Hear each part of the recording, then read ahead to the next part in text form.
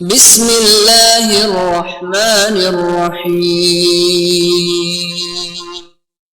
سورہ مبارکہ نور کی 36ویں آیت میں نے آپ کے سامنے پڑھی ہے، اور جیسے سورہ نور ہے ایسے ہی آیت بھی نور ہے، اور جیسے آیت نور ہے ایسا مضمون آیت بھی نور ہے۔ پروردگار عالم کا احسان عظیم ہے کہ ہم جہاں بیٹھے ہیں اس سے اچھی جگہ نہیں ہے۔ دنیا کہاں بیٹھی ہے ہمیں اس سے غرض نہیں ہے، مگر ہم جہاں بیٹھے ہیں وہاں سے جنت کا رستہ بنتا ہے،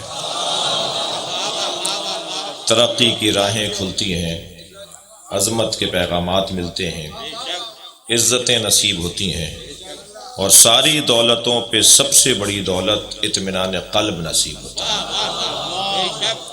ساری پریشانیاں ہوں اور اہل بیت کا دروازہ بھی ہو تو ساری پریشانیوں پہ جو نعمت غالب آ جاتی ہے وہ ذکر اہل بیت ہے۔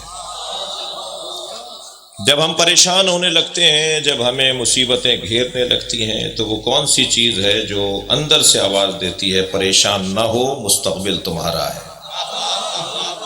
وہ ہے ذکر اہل بیت، وہ ہے اس گھرانے کا تذکرہ، وہ ہے ان کی عظمت کا بیان، وہ ہے ان کی سیرت سے آشنائی، وہ ہے ان کے کمالات سے آگاہی، وہ چیز جو نعمت عظمیٰ سے کم نہیں ہے، خود نعمت عظمیٰ الہیہ ہے۔ اور یہی وہ نعمت عظمیٰ الہیہ ہے کہ جس کا قیامت میں سوال ہونا ہے۔ اللہ پانی کے بارے میں نہیں پوچھے گا، اللہ آب و ہوا کے بارے میں نہیں پوچھے گا، پوچھے گا وقفوہم انہم مسئولون، روکو ان سے پوچھا جائے گا۔ یا اللہ وہ کیا پوچھا جائے گا؟ یومئذ یسألونک یومئذ عن النعیم، اس دن پوچھا جائے گا تو سب سے بڑی نعمت کے بارے میں پوچھا جائے گا۔ اور میرے معصوم امام اپنے سینے پہ ہاتھ رکھ کے فرماتے ہیں اللہ کی نعمت عظمیٰ ہم اہل بیت کی محبت ہے۔ صلوات پڑھیں محمد وآل محمد۔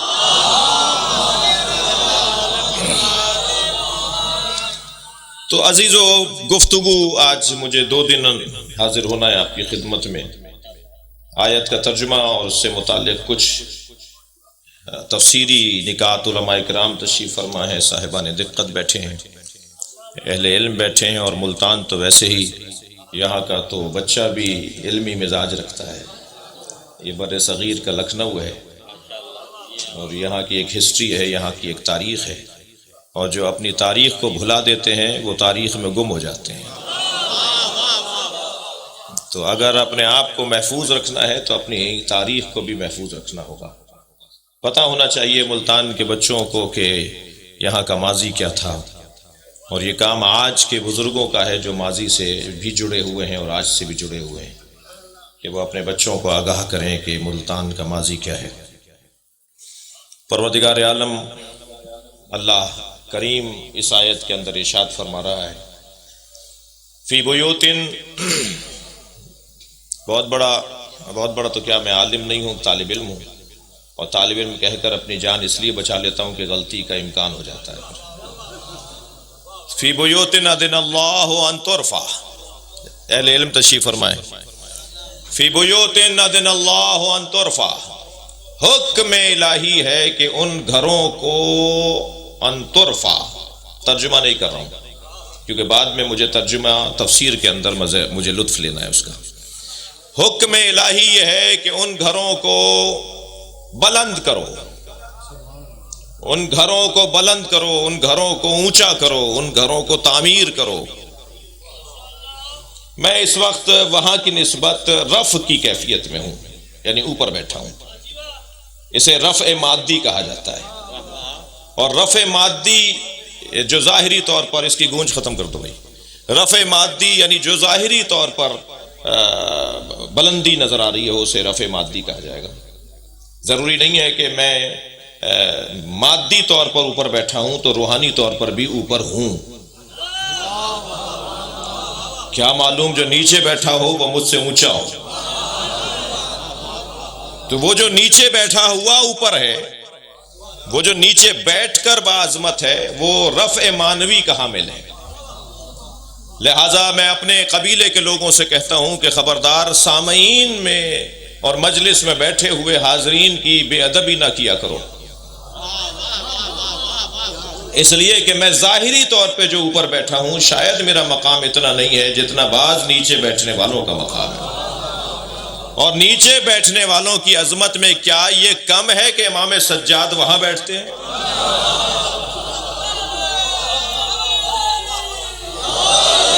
ائمہ اہل بیت وہاں بیٹھتے ہیں، میرے مولا رضا وہاں بیٹھ کے فرماتے ہیں دیبل جاؤ جا کے کرسی پہ بیٹھو اور میرے جد حسین کا مرثیہ سناؤ، اور دیبل اوپر بیٹھتے ہیں اور امام نیچے بیٹھ کر ان کا مرثیہ سنتے ہیں۔ تو یہ مقام نیچے بیٹھنے والوں کا خود بلند کر دیتا ہے، یہ خیال خود بلند کر دیتا ہے ان لوگوں کو جو فرش اعضاء پر بیٹھے ہیں۔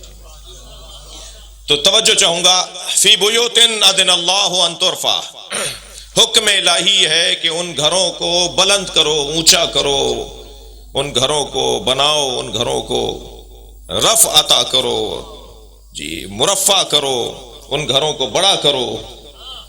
فی بیوت اذن اللہ ان ترفع، کن گھروں کو؟ ویذکر فیہا اسمہ، جن گھروں میں اللہ کا ذکر کیا جاتا ہے۔ دیکھیں امام بارگاہ کیوں بنائیں، مسجدیں کیوں بنائیں، اس کا فلسفہ بھی اس آیت میں بیان ہو رہا ہے۔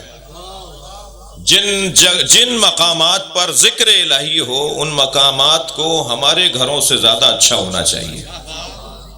یہ شان حسین انشاءاللہ شان سے بنے گا، اور آپ سب کی توجہات بھرپور ہیں۔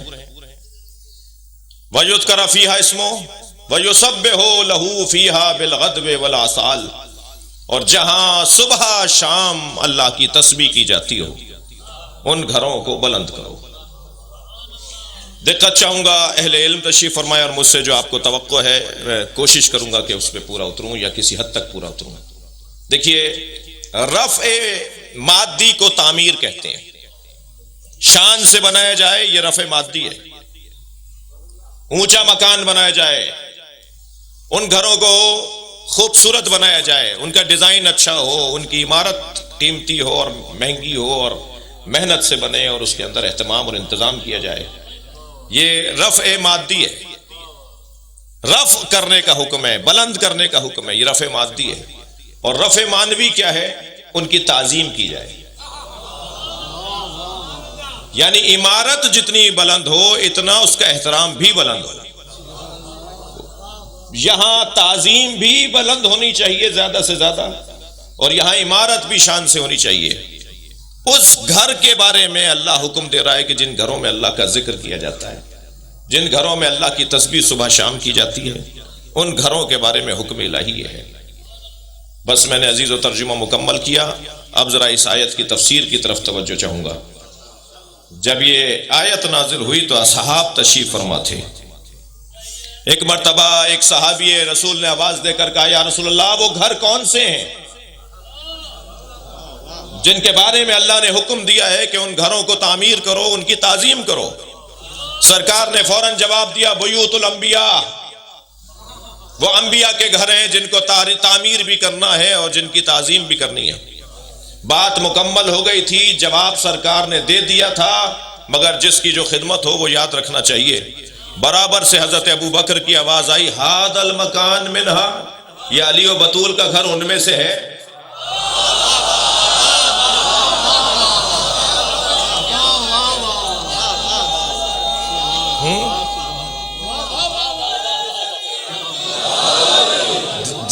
دیکھیے اب سے 4 سال پہلے پاکستان میں ایک بحث بڑی گرم تھی، اور بحث کا عنوان یہ تھا کہ مولا علی تمام انبیاء سے افضل ہیں۔ یہ شیعہ موقف سامنے آیا تھا۔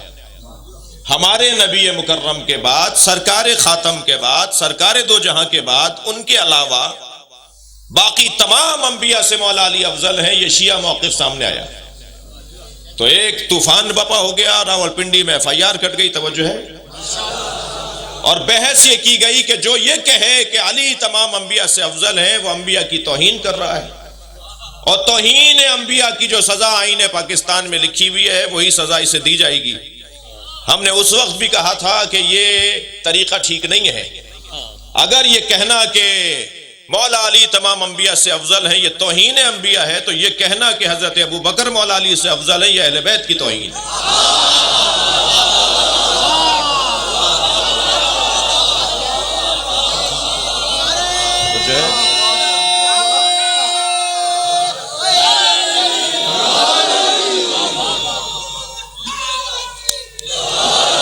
اب یہ روایت مجھے ملی تو مجھے تو اور اطمینان بڑھا، میرا تو اور سہارا بڑھ گیا کہ خود حضرت ابو بکر سوال کر رہے ہیں ہاد المکان منہا، یہ اشارہ کر رہے ہیں والی و بطول کے گھر کی طرف۔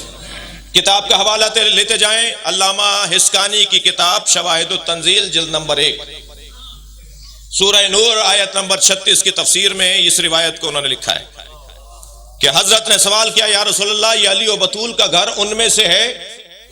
کم سے کم حضرت کے ذہن میں تو یہ تھا کہ یہ گھر ان میں سے ہے، ورنہ تو سوال نہیں بنتا۔ جب سرکار نے فرما دیا کہ وہ گھر جن کو تعمیر کرنے کا اللہ نے حکم دیا ہے، جن کی تعظیم کرنے کا اللہ نے حکم دیا ہے، وہ انبیاء کے گھر ہیں، بات پوری ہو گئی تھی۔ مگر ان کا عقیدہ یہ تھا، میں دعوت فکر دے رہا ہوں اپنے اہل سنت بھائیوں کو، کہ ان کا عقیدہ یہ تھا کہ یہ گھر ان سے افضل ہے، تبھی تو سوال اٹھایا۔ اب قربان جائیں میرے ماں باپ، میرے آبا و اجداد، میری نسلیں قربان جائیں سرکار دو جہاں کی جوتیوں پر۔ سرکار کا جواب سنیے، فوراً سرکار نے بلا فاصلہ فرمایا نعم من افضلہا، یہ ان سب سے افضل ہے۔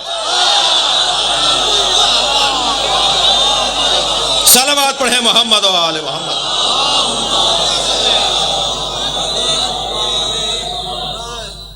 دقت فرما لیا کہ اللہم صل علی محمد و آل محمد۔